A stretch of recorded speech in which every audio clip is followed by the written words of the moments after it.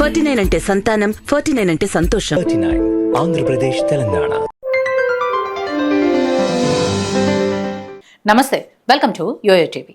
సింగపూర్లో జరిగిన అగ్ని ప్రమాదంలో ఆంధ్రప్రదేశ్ ఉప ముఖ్యమంత్రి పవన్ కళ్యాణ్ రెండో కుమారుడు మార్క్ శంకర్ గాయపడ్డారు. సింగపూర్లో ఓ భవనంలో జరిగిన అగ్ని ప్రమాదంలో మార్క్ శంకర్ గాయపడ్డారు. కాళ్లు, చేతులకు గాయాలయ్యాయి.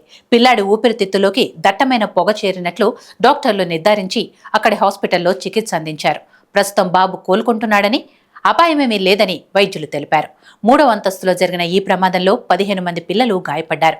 20 మందికి తీవ్ర గాయాలయ్యాయి. మార్క్ శంకర్కు గాయాలయ్యి కొంతవరకు కోలుకోవడంతో పవన్ కళ్యాణ్ దంపతులు శనివారం రాత్రి 10:30 శంషాబాద్ విమానాశ్రయం చేరుకున్నారు. తమ కుమారుడు గాయపడిన విషయం తెలిసి స్పందించిన ప్రధాని నరేంద్ర మోడీ, ఏపీ సీఎం చంద్రబాబు ఇంకా చాలా మంది రాజకీయ సినీ ప్రముఖులకు ఈ సందర్భంగా పవన్ కళ్యాణ్ దంపతులు ధన్యవాదాలు తెలిపారు. శ్రీ వెంకటేశ్వర స్వామి దర్శనార్థం పవన్ కళ్యాణ్ సతీమణి అన్నా లెజ్నోవా ఆదివారం సాయంత్రం తిరుమల చేరుకున్నారు. శ్రీ పద్మావతి విచారణ కేంద్రం దగ్గర ఉన్న కళ్యాణ కట్టలో తలనీలాలు సమర్పించారు. అన్నా లెజ్నోవా మతపరంగా క్రిస్టియన్ కావడంతో ముందుగా తిరుమల అతిథి గృహంలో డిక్లరేషన్ ఫామ్ పైన సంతకం చేశారు.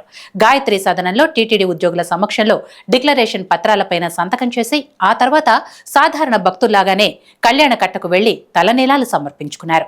పవన్ భార్య అన్నా లెజ్నోవా స్వతహాగా క్రిస్టియన్ అయినప్పటికీ కొడుకు ప్రాణాల కోసం తన మతాన్ని పక్కన పెట్టి తిరుమల వెంకటేశ్వర స్వామికి మొక్కుకోవటం విశేషం. అంతేకాదు, తిరుమలలో అన్నదాన కార్యక్రమానికి కొంత విరాళం కూడా అందించారు. పవన్ కళ్యాణ్ భార్య చేస్తున్న పని పట్ల అభిమానులు, కార్యకర్తలే కాదు, సాధారణ జనం కూడా హర్షం వ్యక్తం చేస్తున్నారు.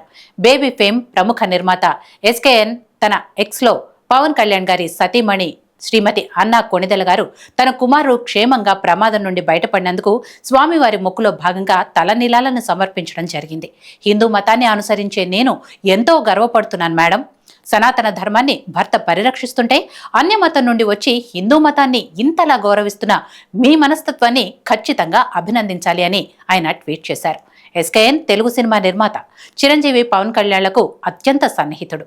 బేబీ, భలే భలే మొగాడివై, ఈ రోజుల్లో టాక్సీ వాలా లాంటి చిత్రాల్ని నిర్మించారు.